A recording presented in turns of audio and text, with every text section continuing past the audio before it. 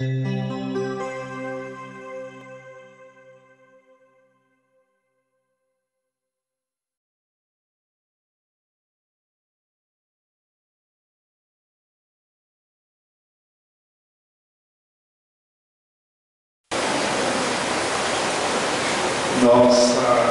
tema ainda é fé e obediência.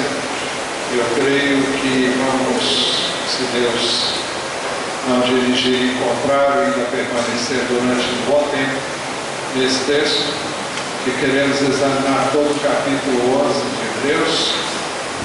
E hoje nós pretendemos chegar até o versículo 4.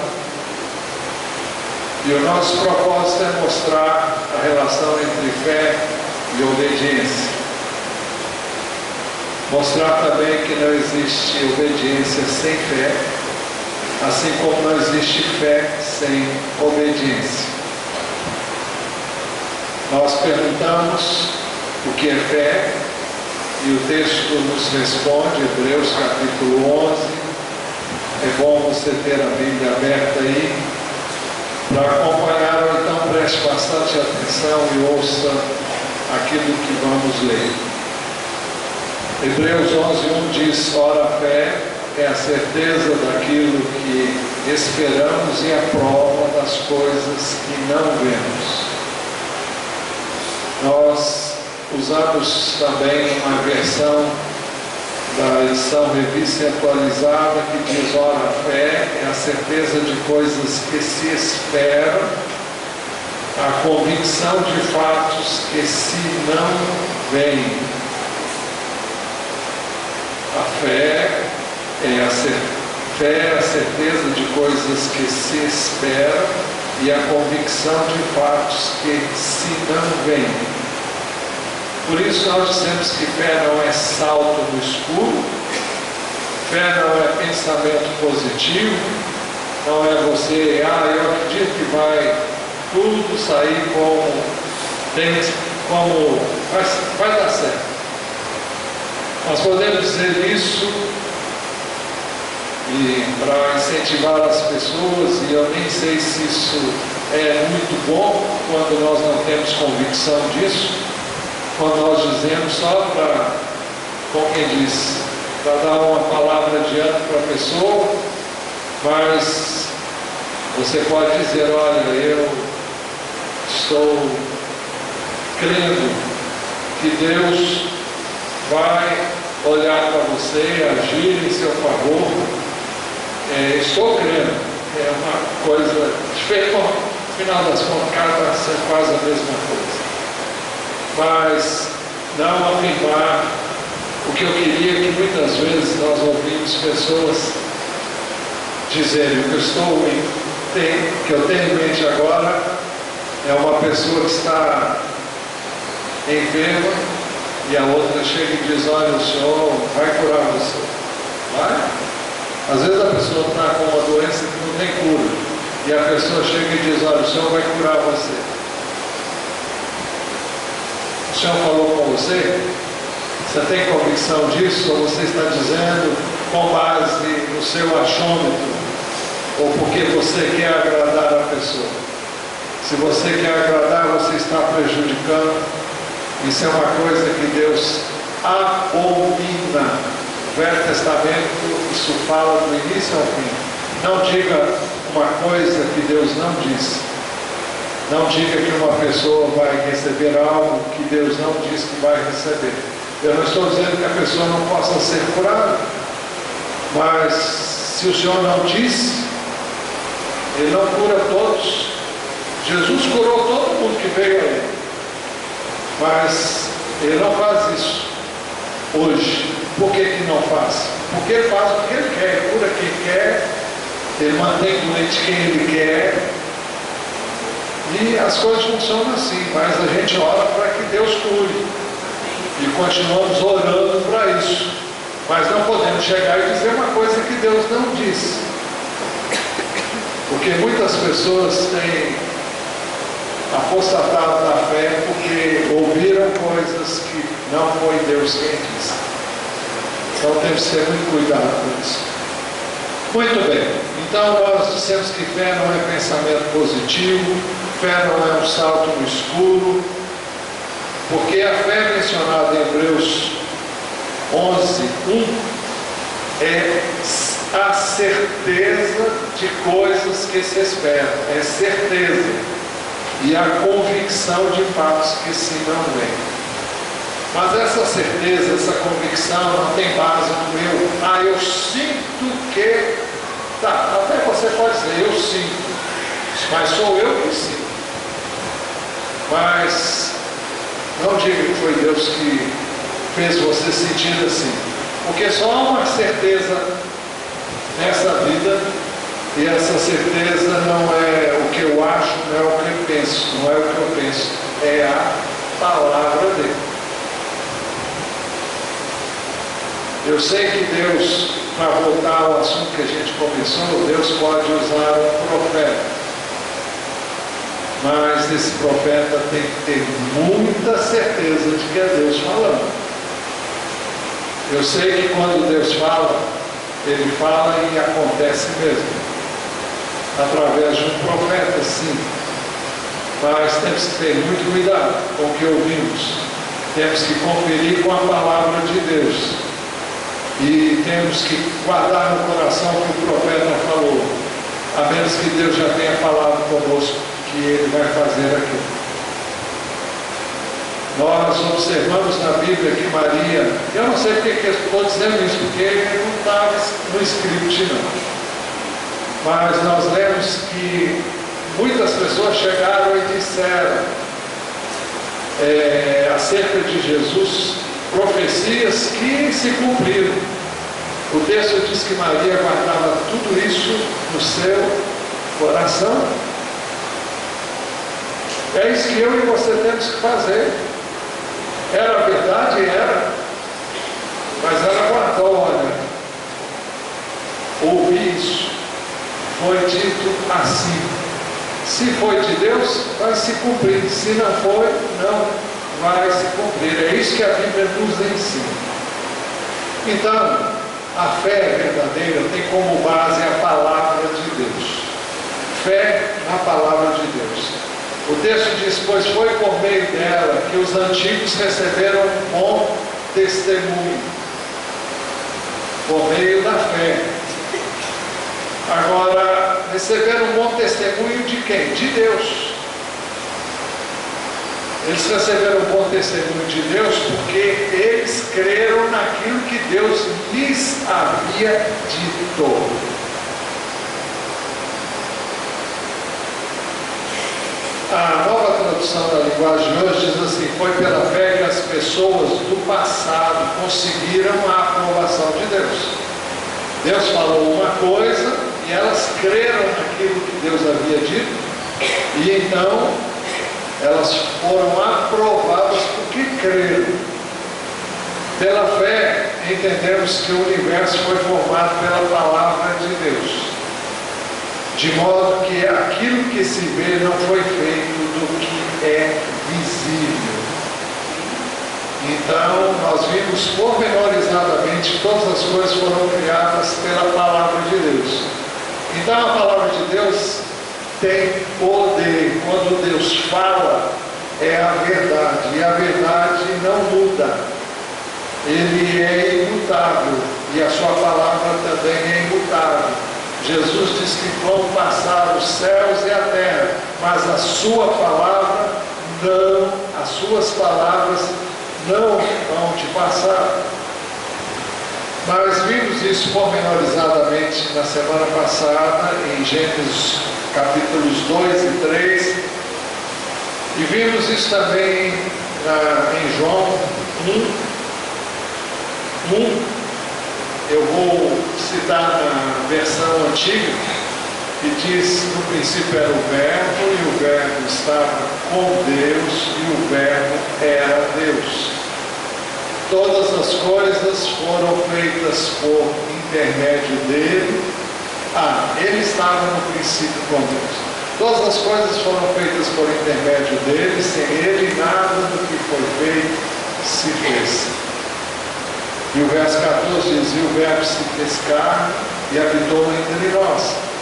Vimos a sua glória, glória como a do unigênito do Pai, cheio de graça e de verdade. Não sei se é nesse texto não, mas agora não me lembro também. Mas hoje nós vamos chegar um pouco mais, caminhar um pouco mais. Nós vamos para o verso 4. Pela fé, Abel ofereceu a Deus um sacrifício superior ao de Caim. Nós perguntamos, pela fé em quem? Pela fé em Deus e na sua palavra. Deus e a sua palavra andam sempre juntos. Conhecemos Deus por meio da sua palavra. Quando cremos nela, nós experimentamos os resultados daquilo que Deus disse. Assim, Abel creu em Deus e na sua palavra. Agora prestem bem atenção. Isso significa que Abel ouviu Deus falando com ele. E Abel obedeceu a sua palavra. Alguém vai dizer, mas isso não está escrito na palavra. É verdade, mas nós lemos o texto que diz, pela fé, Abel ofereceu a Deus um sacrifício superior ao de Caim. Se você analisar todos os textos que estão aí em Hebreus capítulo 11, você vai verificar que todas essas pessoas creram naquilo que Deus disse. Embora não haja na Bíblia o registro do que Deus disse a Abel, Hebreus capítulo 11, versículo 4, diz que pela fé, fé em quem? Ele não fez o que eu estou dizendo para ele, você não fazemos. Que é acreditar, estou sentindo. Não foi essa fé. É porque Deus falou. Sempre foi porque Deus falou. Nunca é diferente. Fé na Bíblia é sempre fé na palavra de Deus. E nós vamos ver isso. Então isso significa que Abel ouviu a palavra de Deus e Abel obedeceu a palavra de Deus. O texto diz ainda, em Hebreus 11, 4, a segunda parte, pela fé ele foi reconhecido como justo, quando Deus aprovou as suas ofertas. Pela fé ele foi reconhecido como justo, quando Deus aprovou as suas ofertas. Nós não vamos ver agora, mais na frente, mas vocês lembram o que diz lá em Gênesis capítulo 15, versículo 6, 5 ou 6, diz que Deus chegou para Abraão, mandou ele olhar para o céu e contar as estrelas, se ele pudesse contá-las. E ele olhou e o texto diz que Abraão, e Deus disse que a descendência dele seria tão numerosa como as estrelas do céu. E logo depois o texto diz que Abraão creu em Deus. E isso lhe foi imputado, atribuído, creditado como justiça. O texto nunca diz que Abraão era um homem justo em si mesmo, mas que ele recebeu uma justiça que lhe foi atribuída por causa da fé que ele depositou naquilo que Deus disse. E aqui não é diferente. Na Bíblia nada é diferente. Todo esse capítulo está aí testemunhando disso. Então, pela fé, ele foi reconhecido como justo, quando Deus aprovou as suas ofertas. Você pode dizer, mas Abel morreu. Sim, ele morreu. Muitas vezes nós somos chamados a morrer crendo em algo que Deus disse, ou seja, na sua palavra. Nós não temos isso aqui no Brasil, graças a Deus. Mas em muitos lugares do mundo, pessoas morrem diariamente, porque creem em Deus, porque creem em Jesus, porque confessam sua fé nele. Nós oramos diariamente pelos que tiveram seus familiares martirizados. E não oramos porque só por orar, oramos porque isso acontece. Isso acontece em várias partes do mundo. Em várias partes do mundo, muitas pessoas estão presas por causa do Evangelho. Muitas pessoas perdem valores, empregos e muitas coisas por causa da sua fé. Então, embora tenha morrido por obedecer a palavra de Deus, ele foi reconhecido como justo. E a sua fé ainda fala. O texto diz: embora esteja morto, por meio da fé ainda fala. Isso não significa que Abel não tenha sido salvo, mas significa que ele morreu, mas a fé que ele teve continuou falando. Há um testemunho que não se perdeu. Foi o primeiro, talvez, testemunho de alguém que morreu por causa da sua fé. Mas esse testemunho perdura até hoje, por isso estamos falando sobre ele. Mas vamos ver como tudo aconteceu.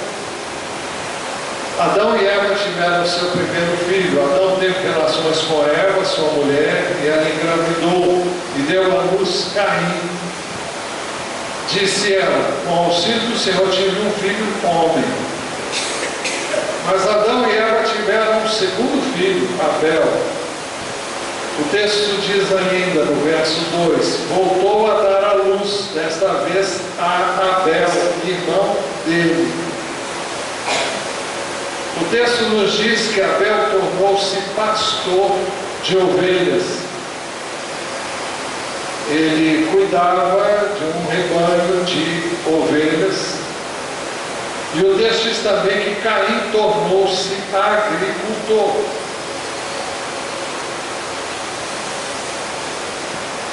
O verso 3 diz que passou-se algum tempo.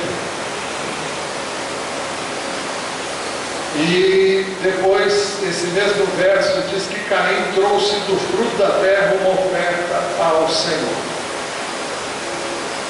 Então você pode pensar, nada mais coerente, ele era agricultor, por que não trazer do fruto da terra uma oferta ao Senhor? Eu não sei o que ele trouxe.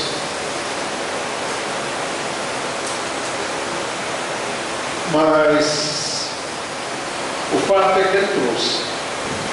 Por isso trouxe o que o texto diz: Caim trouxe do fruto da terra uma oferta ao Senhor. O texto também diz no verso 4 que Abel, por sua vez, trouxe as partes gordas das primeiras crias do seu rebanho. Como é que, por que as partes gordas?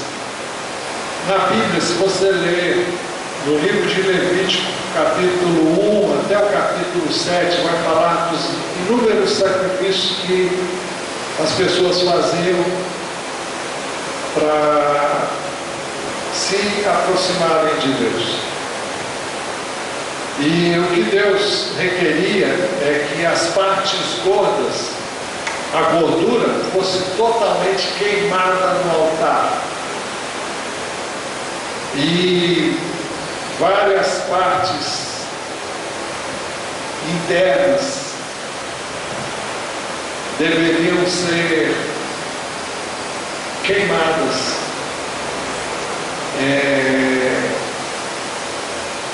Seria a gordura que envolve os vários órgãos internos e alguns órgãos internos que não são próprios para serem comidos. Então, tudo aquilo que eu e você não devemos comer ainda hoje é o que Deus queria que o homem oferecesse a ele. E eu entendo que Deus exigiu que o homem que se aproximasse dele para oferecer um sacrifício no altar, queimasse a gordura, derramasse o sangue no altar e não não era permitido, depois eu vou chegar lá. O sangue tinha que ser totalmente derramado ali no altar e a gordura tinha que ser totalmente queimada. E alguns órgãos internos tinham que ser também queimados no altar. O restante da carne poderia ser comido, mas aquilo tinha que ser totalmente queimado. Os holocaustos, o animal era totalmente queimado no altar, todo ele. Mas as ofertas pelo pecado, essas partes tinham que ser queimadas. Então, por isso que o texto diz: trouxe as partes gordas das primeiras crias do seu rebanho. E aqui nós temos mais uma evidência de que Deus falou com ele, com Abel, e falou também com Caim, com certeza, pelo que nós vamos ver.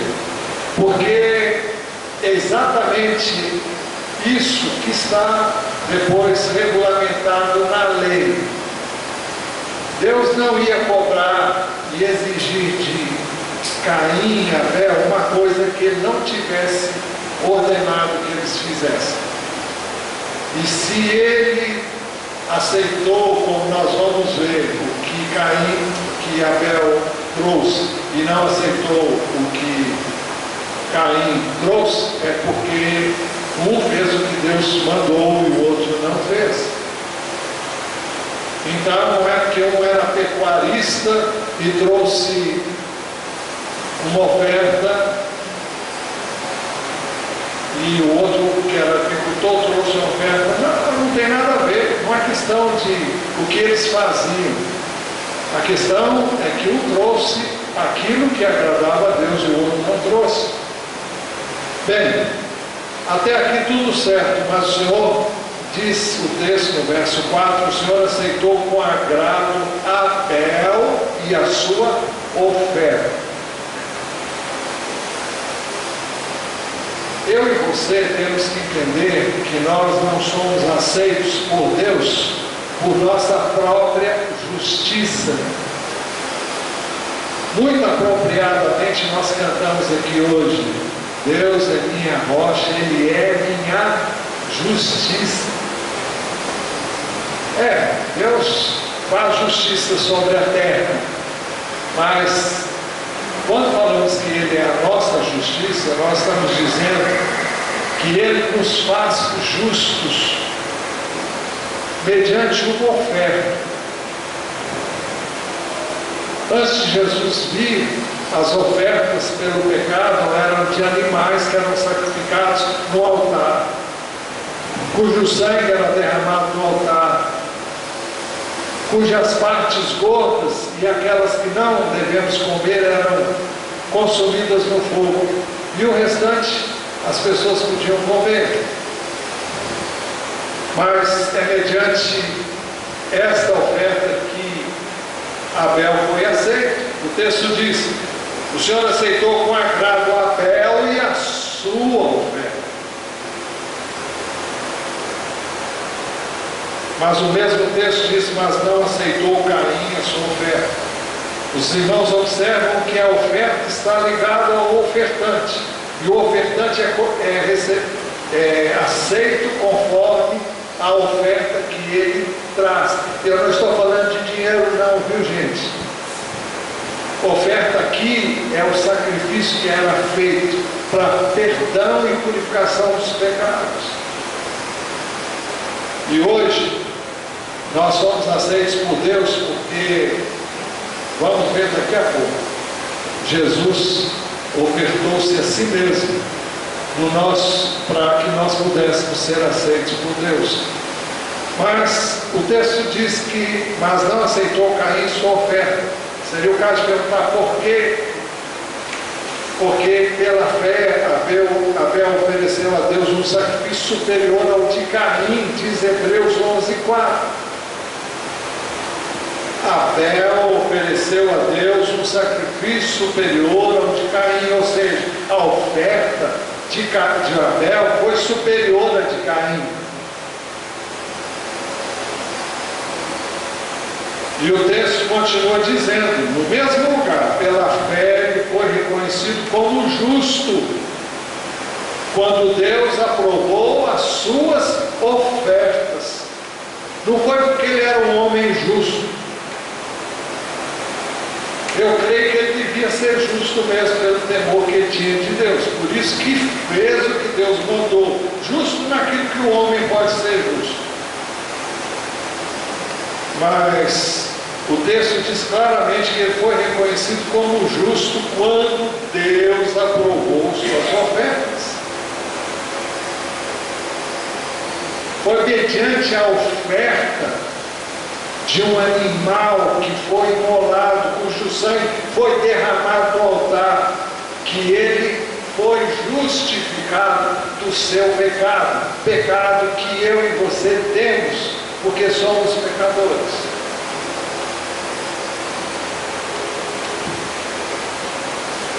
Então,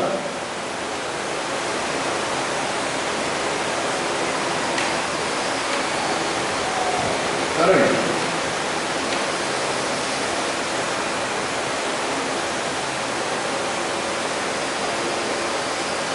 Nós estamos falando que não existe fé no escuro.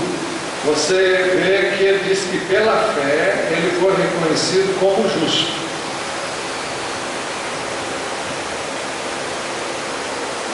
Fé em quem? Fé em Deus e na sua palavra. Agora a fé leva você à obediência. E como é que ele obedeceu a Deus? Ele seguiu a orientação de Deus. Com certeza Deus tinha dito para ele que a forma dele ser aceito por Deus seria trazendo aquele animal no altar, queimando sobre ele as partes que ele não poderia nem deveria comer. Seria oferecido a Deus. Não existe fé no escuro. Não existe fé que justifique quem quer que seja, senão a que é colocada em Deus e na sua palavra.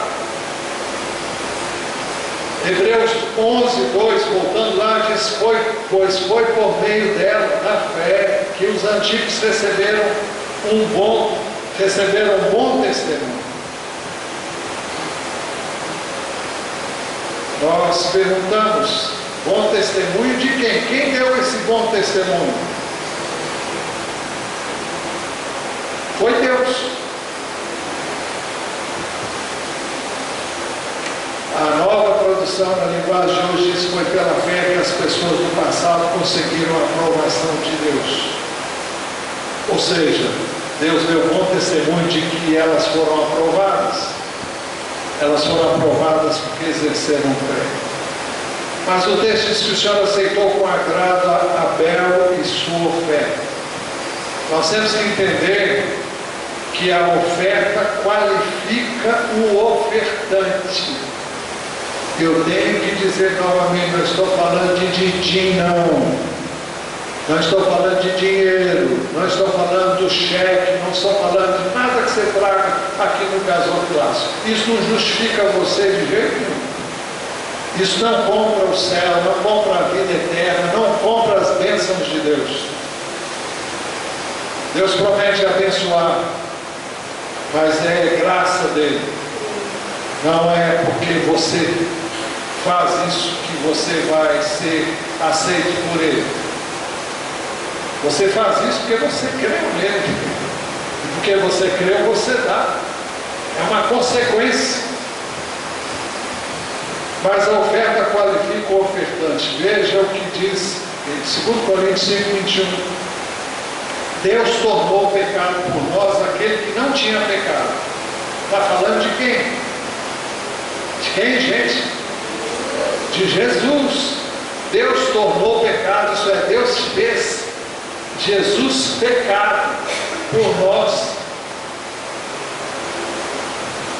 Então o texto diz, Deus tornou o pecado por nós aquele que não tinha pecado.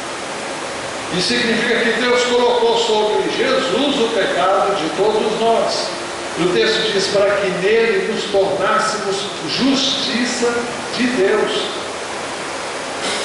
Para que através de Jesus nós fôssemos declarados justos. Por isso ele foi à cruz, por isso ele derramou o seu sangue. Esse mesmo texto pode ser traduzido assim: Deus tornou uma oferta pelo pecado aquele que não tinha pecado. Ou seja, Deus fez de Jesus uma oferta pelo pecado. Aquele que não tinha pecado se tornou uma oferta pelo pecado. Deus tornou uma oferta pelo pecado aquele que não tinha pecado, para que nele nos tornássemos justiça de Deus. Então o Senhor aceitou com agrado Abel e sua oferta, mas não aceitou Caim a sua oferta. Por que não aceitou Caim? Porque não fez uma oferta que caracterizava a fé. Por quê? Porque ele fez o que ele queria. Ele não fez o que Deus havia ordenado. E a Bíblia diz no mesmo capítulo 11: sem fé é impossível agradar a Deus. Caim não agradou a Deus porque não exerceu fé. Fé em quê? Eu tenho fé em quê? Em quem? Em Deus e na sua palavra. Se não é no que Deus disse, se não é no que Deus falou, Deus se manifesta através da sua palavra. Por isso que João começa a dizer: no princípio era o verbo, ou seja, no princípio era a palavra, e a palavra estava com Deus. Aí já está falando de Jesus como sendo a palavra. Mas sem fé é impossível agradar a Deus. Por isso Caim se enfureceu e o seu rosto se transtornou. Por que Caim ficou tão transtornado? É porque a vontade dele não foi feita. Ele vai dizer, como muitas pessoas dizem: com a melhor das intenções eu fiz isso e agora veja o que eu estou recebendo. É bom que a gente saiba que o inferno onde Caim está, eu não tenho medo de dizer, porque a Bíblia diz isso.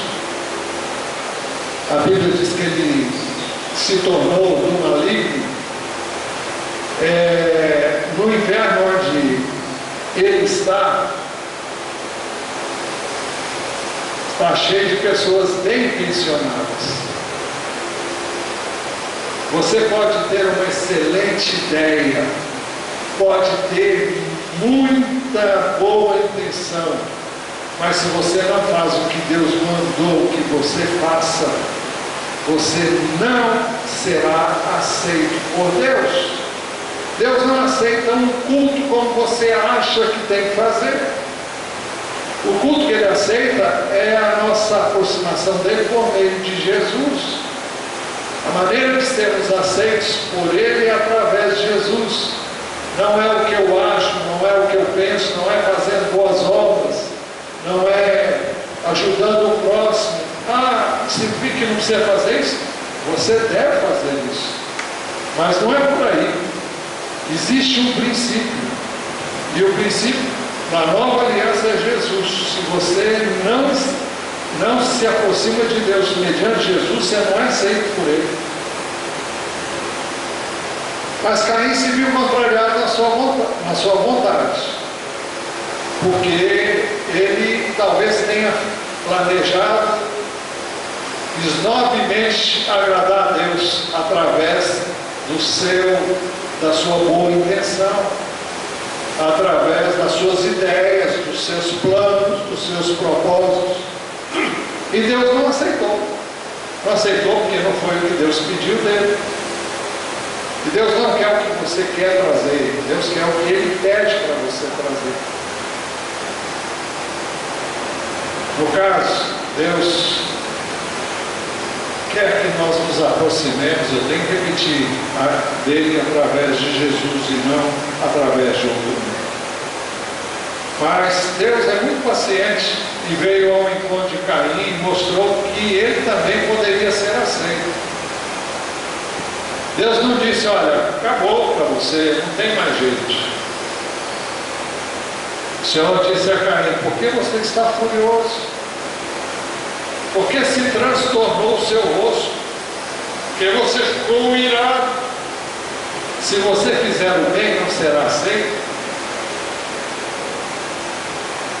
O que é fazer o bem? Fazer o bem é fazer aquilo que Deus mandou. Quem diz qual é o bem, não sou eu, é Deus. Então, a minha boa intenção pode parecer boa, mas não é, se não for necessariamente aquilo que Deus é, então não é bom, é mal. Se você fizer o bem, não será aceito. Então, fazer o bem é fazer o que Deus requer que eu e você façamos. O Senhor quer obediência a Ele e a sua palavra. Isso revela fé. Deus havia dito a ambos como eles poderiam ser aceitos. Como sabemos disso, já dissemos, foi pela fé que as pessoas do passado conseguiram a aprovação de Deus. Mas o Senhor advertiu a Caim que se ele não fizesse o bem, ou seja, se ele não obedecesse e não exercesse fé naquilo que Deus disse, não cresce no que ele disse, o pecado seria uma ameaça, ainda era uma ameaça. Veja que às vezes a reação que temos é má, porque toda a nossa natureza humana é má. A nossa reação inicial é má. A vontade que a gente tem de pegar no pescoço de alguém e enforcar. A vontade que a gente tem é de dar um murro na cara da pessoa. A vontade que tem é de ver aquela pessoa se dando muito mal. E isso só acontece com o pastor. Vocês não têm esses problemas. Mas isso ainda não é pecado. Podemos classificar isso como tentação. O texto diz, mas se não fizer, saiba que o pecado o ameaça a porta. Eu gosto sempre de pensar que existe uma porta, e é a porta da sua vida. E o pecado está ali louco para entrar. Na realidade é o diabo que está louco para destruir você. E ele se vale do seu pecado para obter esse direito na sua vida. Então, ele te ameaça na porta da sua vida. Agora o texto continua dizendo que ele deseja conquistá-lo. O pecado quer conquistar você, porque se o pecado encontrar espaço na sua vida, o diabo também vai encontrar. Mas o texto diz, mas você deve dominar. O que significa? Que eu e você temos que tomar uma atitude com relação aos nossos instintos, muitas vezes bestiais, animais, grotescos, maus, perversos. Cabe a nós dominá-lo. E se Deus disse que cabe a nós dominá-lo, é porque Ele dá poder para dominar. Ele não vai mandar eu e você fazer uma coisa que nós não possamos fazer. Se você é de Deus, você tem o Espírito de Deus, Ele traz, eu estou falando agora de uma nova aliança. Se você me perguntar como é que isso funcionava, eu não sei. Se Deus falou com ele que ele cabia dominar, alguma forma de graça havia. Eu vejo a graça de Deus em todo o Velho Testamento. E seria capaz de pregar aqui muitas vezes seguidas, mostrando a graça de Deus no Velho Testamento. Deus sempre concedeu sua graça. Ela nunca foi tão plena e abundante como ela foi manifesta em Jesus. mas ela sempre existiu. Porque Deus disse, Ele deseja conquistá-lo, mas você deve dominá-lo. Você deve dizer não ao pecado. Como faríamos isso hoje? Bom, eu conheço a Deus, eu conheço a palavra, sei que não posso fazer e nem devo fazer. Se fizer, tiver vontade, eu vou dizer, Deus, me livra disso. A Bíblia diz, não nos deixes cair em tentação, mas livra-nos do mal. Jesus diz, vigiai e orai para que não entreis em tentação. O espírito está pronto, mas a carne é fraca. Então, fazer o bem aqui, obedecer a palavra de Deus, era trazer a oferta que Deus havia requerido dele, era fazer como seu irmão havia feito. O pecado estava à porta. O pecado queria conquistá-lo, cabia a Caim dominá-lo. Todavia, Caim escolheu fazer as coisas do seu jeito. Disse, porém, Caim a seu irmão Abel, vamos para o campo. Não deu a mínima para o que Deus havia falado. Ele falou, pensou consigo mesmo, eu já sei o que eu vou fazer. Eu já tenho tudo aqui na minha mente.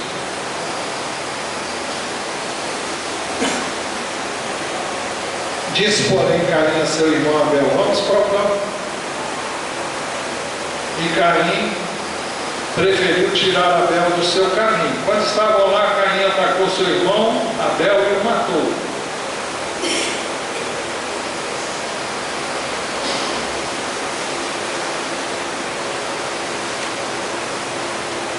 Nós podíamos demorar aqui.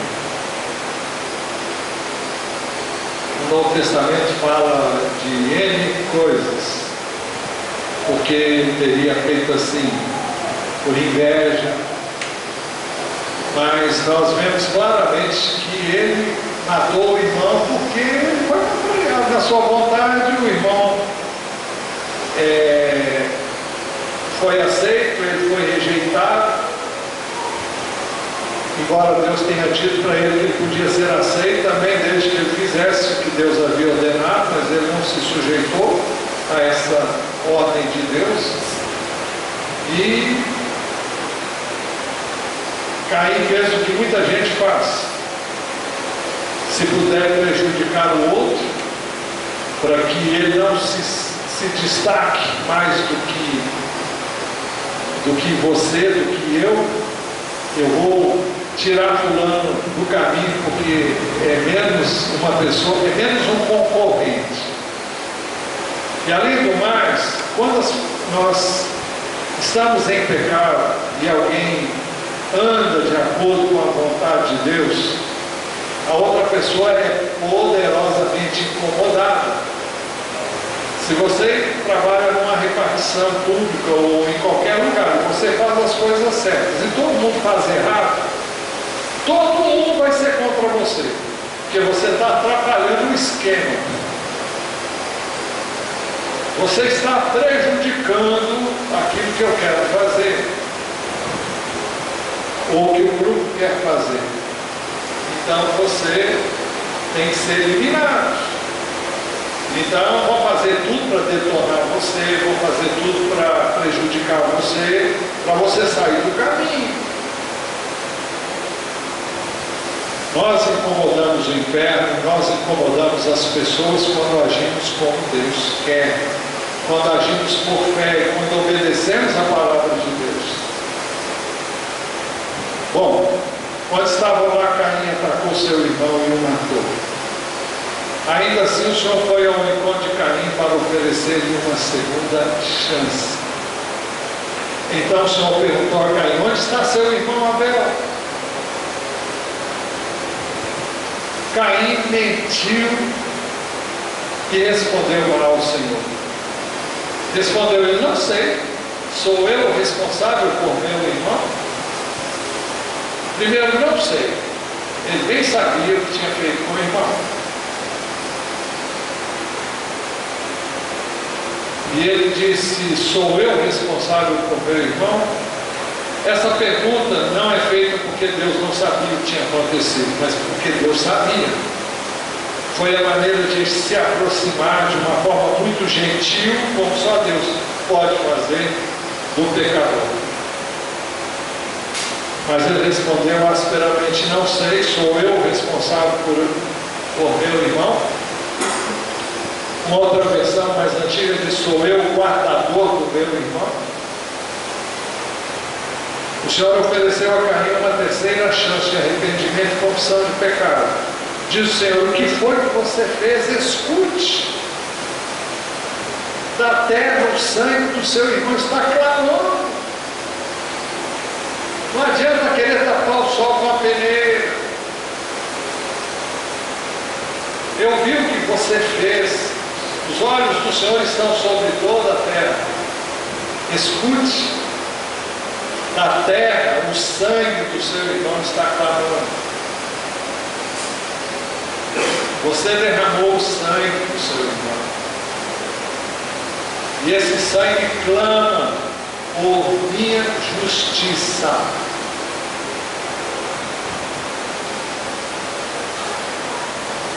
Caim não deu nenhuma resposta a essa palavra de Deus. Então o Senhor falou mais uma vez. Então o Senhor mostrou a Caim as consequências do seu pecado. Uma vez que Caim havia rejeitado Deus, a sua palavra, o seu conselho, a sua orientação, então ele escolheu pecar. O pecado já havia entrado nele, e com isso também eu creio o próprio Satanás. Não significa que ele fosse um possuído, mas quem controla a vida de quem não está em Deus é o diabo. Não adianta querer dizer qualquer coisa. Ou você está na luz ou você está nas trevas.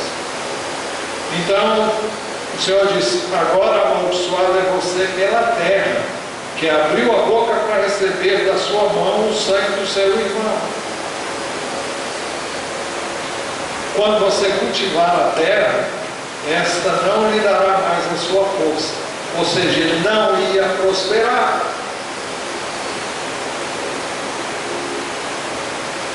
Você será um fugitivo errante pelo mundo.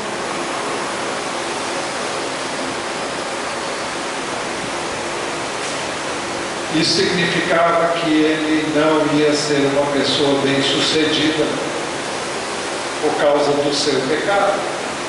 O pecado traz maldição. O pecado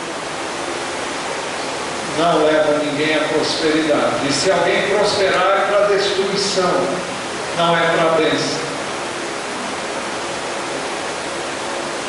A Bíblia diz que a bênção do Senhor enriquece e não traz dor alguma, não é isso?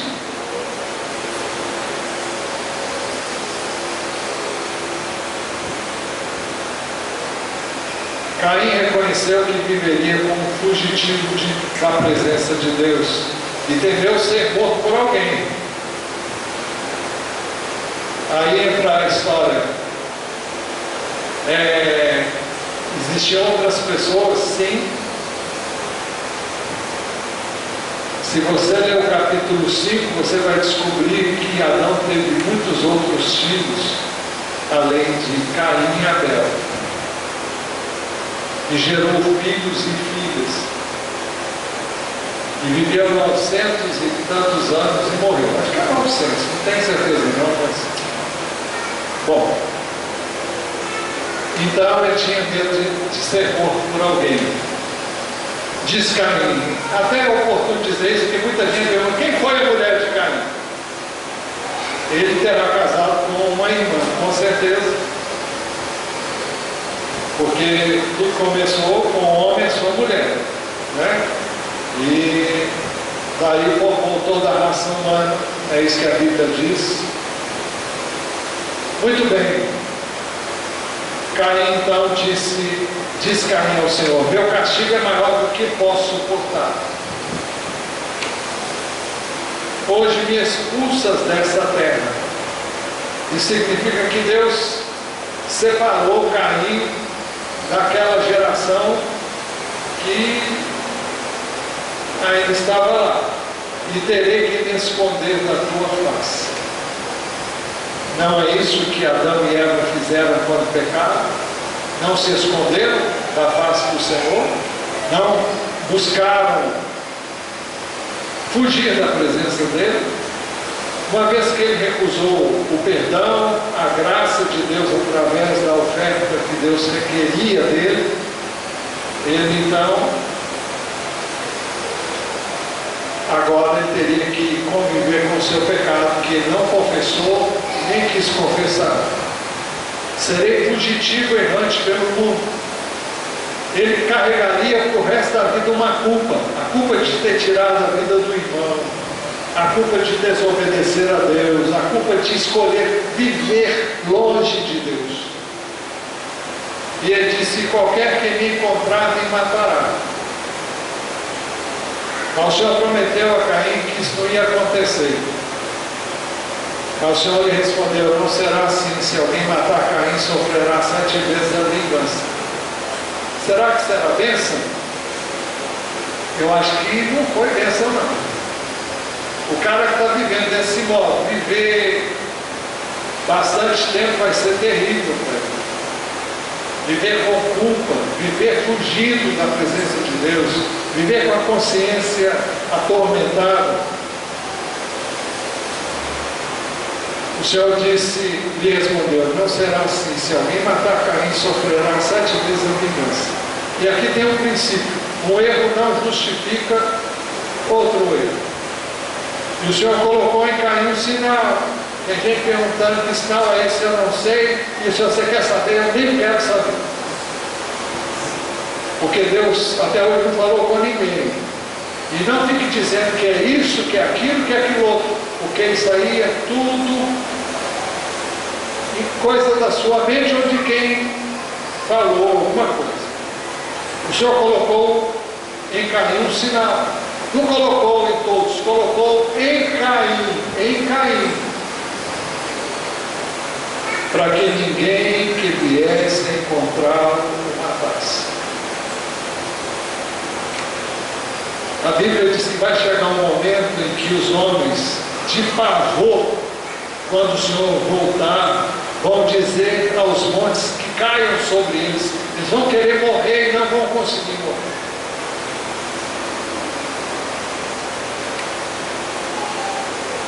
Finalmente, por iniciativa própria, Caim escolheu afastar-se da presença do Senhor. Então Caim, não foi Deus, foi Caim. Caim afastou-se da presença do Senhor. Isso foi uma escolha dele.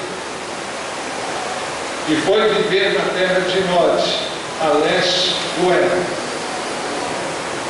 O Senhor disse que ele seria fugitivo e errante pela terra, diz outra versão. Pode significa peregrinação, alguém que vai ser um andarilho por aí, sem alguém que vai ficar fugindo de si mesmo por aí. Caim escolheu viver sua vida do seu jeito. Ele não se arrependeu. Conclusão: pela fé, Abel ofereceu a Deus um sacrifício superior ao de Caim. Repetimos, pela fé em quem? Em Deus e na sua palavra. Deus e a sua palavra andam sempre juntos. Conhecemos Deus por meio da sua palavra. Assim Abel creu em Deus e na sua palavra. Isso significa que Abel ouviu a palavra de Deus, Abel obedeceu a palavra de Deus. Fé e obediência estão sempre juntos. Pela fé ele foi reconhecido como justo quando Deus aprovou as suas ofertas. Se fosse Tiago diria que as obras comprovam a nossa fé. E ele tem razão. E a obra aqui é uma obra de obediência. É uma atitude de obediência. Então Abel foi reconhecido como justo mediante a sua oferta. Ele não foi justo em si mesmo. Nenhum de nós é justo em si mesmo. Deus não te aceita porque você é uma pessoa legal, muito legal. Eu já disse que no princípio da minha vida cristã, eu achava que eu era um crente bom. Eu achava que era um crente muito legal. Achava mesmo. Deus me deu uma rasteira, me fez conhecer quem realmente eu sou.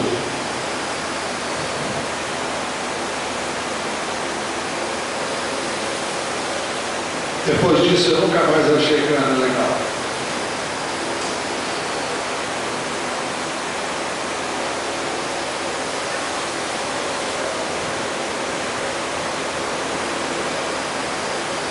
Eu sei o que é a graça de Deus. Eu sei. Não sei por ouvir dizer.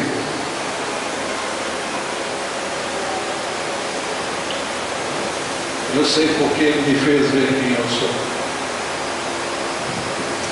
E desde aquele momento, nunca mais eu pensei que eu era coisa que preste em mim mesmo.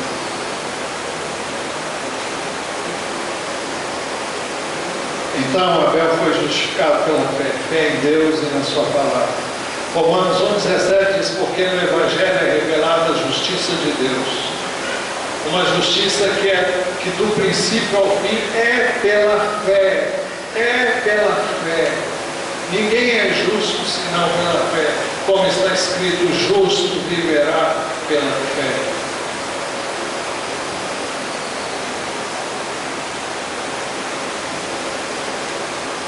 Hebreus 11:4c diz assim: embora esteja morto por meio da fé, ainda fala. A fé de Abel continua falando. Eu não tenho nenhuma dúvida que eu vou me encontrar com ele lá. Fé e obediência são inseparáveis. Reservei o último texto. Uma versão que talvez você não tenha, edição revisada, de João 3,36. Ela traduz assim o verso 36. Quem crê no Filho tem a vida eterna. O que, porém, desobedece ao Filho, não verá a vida, mas sobre ele permanece a ira de Deus. Quem crê no Filho tem a vida eterna. O que, porém, desobedece ao Filho, o que é desobedecer o Filho? É rejeitar o Filho, é deixar de recebê-lo como a oferta que Deus preparou para que nós pudéssemos ter acesso à presença dele. Ou nós vivemos aquilo que Deus mandou que nós vivêssemos, não por capacidade própria, mas por graça e pelo poder de Deus, ou então nós seremos apenas religiosos e não justificados por Deus por meio da fé nele e na sua palavra. Feche seus olhos, fale com Deus.